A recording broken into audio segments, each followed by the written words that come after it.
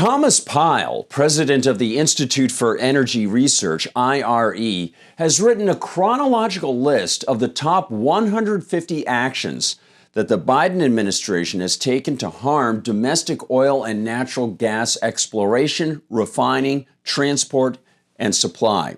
And with respect to his powerful research, I've opted to offer to you what I perceive as the 10 most destructive periods of just the first Biden year, combining a number of Biden's moves into one because he did them at virtually the same moment. And I provide them with a reminder that these details can't hide the larger, most profound lesson here. That lesson being that there should be no federal energy policies in the first place.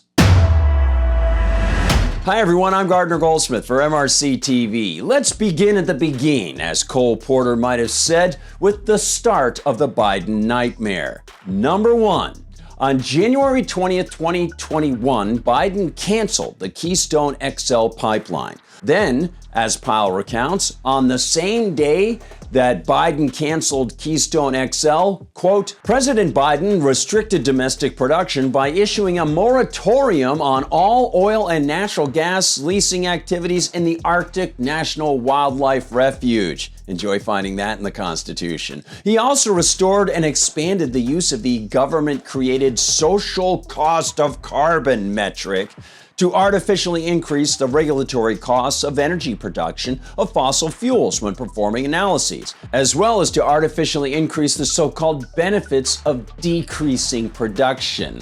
Biden continued to revoke Trump administration executive orders, including those related to the Waters of the United States rule and the Antiquities Act. Again, have fun looking for those in the Constitution. The Trump-era actions decreased regulations on federal land and expanded the ability to produce energy domestically. A week later, on January 27th, quote, Biden issued an executive order announcing a moratorium on new oil and gas leases on public lands or in offshore waters and reconsideration of federal oil and gas permitting and leasing practices. He directed his Interior Department to conduct a review of permitting and leasing policies. And by the way, this climate crisis executive order also revoked Trump-era regulatory guidelines that actually had streamlined regulations and provided clarity to energy producers striving to make plans for the future. Third, on February 19th, 2021, Biden and his cohorts offered a post-Valentine's Day hug to the Paris climate cult, officially rejoining the agreement, which never has been passed as a treaty, but which Biden and Obama both used as rhetorical cover to excuse increasingly burdensome restrictions on so-called emissions for energy provision. The forces behind the Paris Accord are, as author Mark Morano wrote for USA Today in 2015, nothing more than a political lobbying organization masquerading as a science body. 4.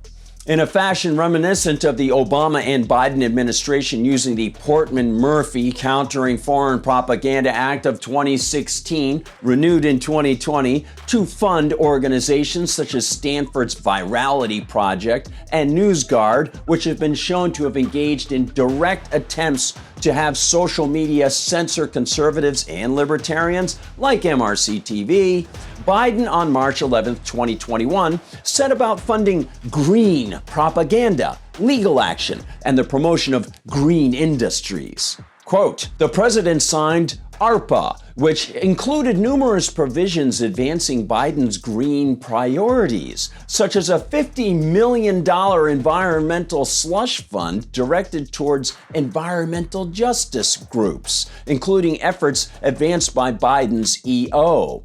ARPA also included $50 million in grant funding for Clean Air Act pollution-related activities aimed at advancing the green agenda at the expense of the fossil fuel industry.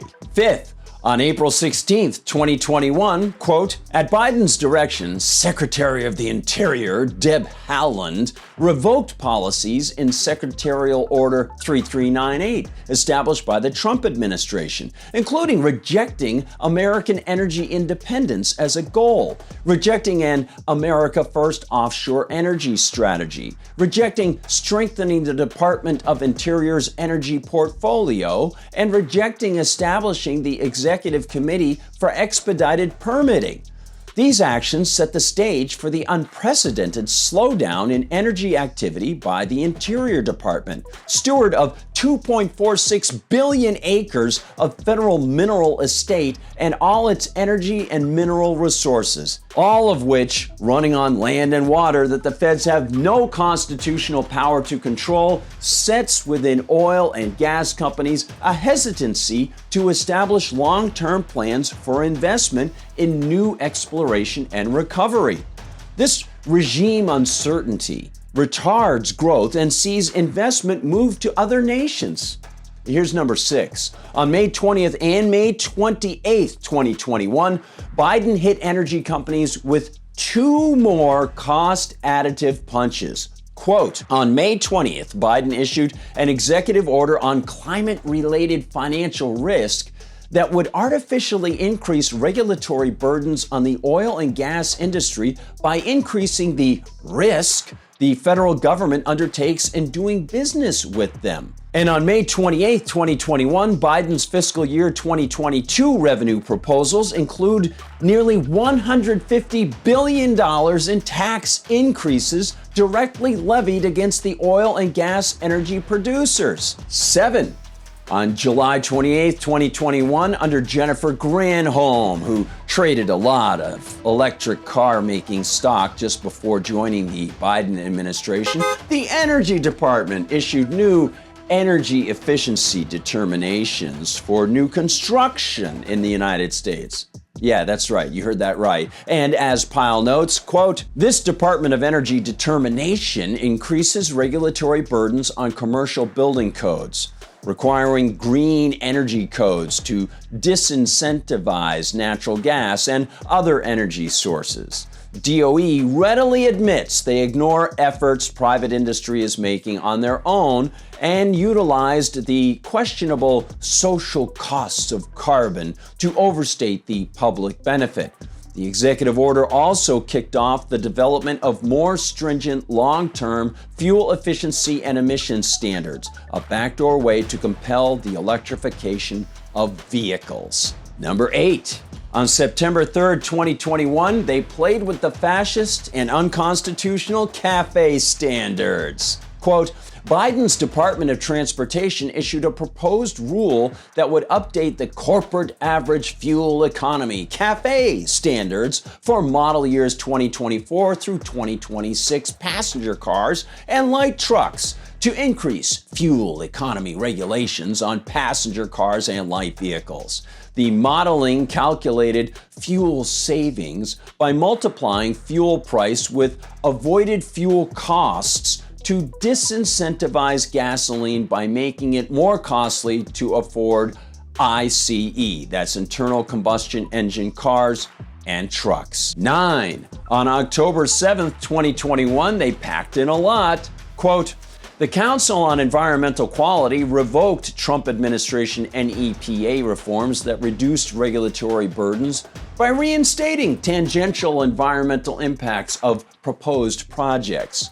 Also, Biden announced plans to designate the Northeast Canyons and Seamounts Marine National Monument, a move counter to Trump's reversal of a similar Obama proclamation. Trump aimed to allow energy exploration in the area to increase energy independence. Then, of course, we've got the U.S. Department of Agriculture's, USDA's, CAP, which includes efforts to switch fuel away from oil and natural gas and subsidize more costly, less efficient fuel sources. As part of its CAP, EPA intends to incorporate Biden's Green New Deal agenda throughout its rulemaking processes. And 10. On October 29th and 30th of 2021, quote, The Bureau of Land Management announced the use of social costs of carbon in decision-making for approving permits for oil and gas drilling. This devalues the economic benefits of energy production on federal lands.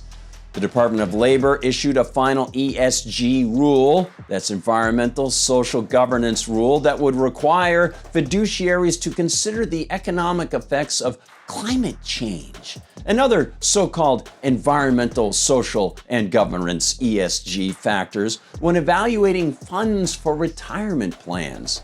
The rule would strongly encourage fiduciaries to draw capital from domestic energy development in oil and natural gas to renewables. And as a bonus, on November 19th, 2021, let's go to a number 11 quote. Biden endorsed several oil and gas provisions in the Build Back Better bill, including a new tax on methane of up to $1,500 per ton, prohibiting energy production in the Arctic and offshore leasing on the Outer Continental Shelf, OCS, in the Atlantic, Pacific and Eastern Gulf of Mexico planning areas, increased fees and royalties for onshore and offshore oil and gas production, a new $8 billion tax on companies that produce, process, transmit, or store oil and natural gas starting in 2023, limiting ability of energy producers to claim tax credits for upfront and royalty payments in foreign countries,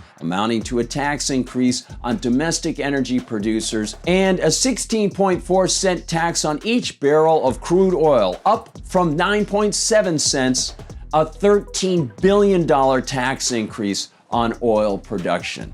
And that, my friends, is just year number one. I wonder what the founders would think.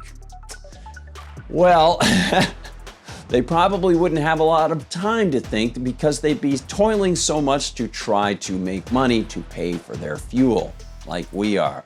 Thanks for watching, everybody. Please like and subscribe. If you're watching on Rumble, share this information far and wide with your friends. Visit us at MRCTV.org. That's MRCTV.org. Find us on Instagram, on TikTok, on Twitter, and in Facebook. And of course, if you go to MRCTV.org, please visit the store and consider contributing to the Media Research Center in its 36th year of fighting media bias and standing up for freedom. You can find me on Gab as @GardnerGoldsmith and on Twitter as @GardGoldsmith. For MRC TV, I'm Gardner Goldsmith.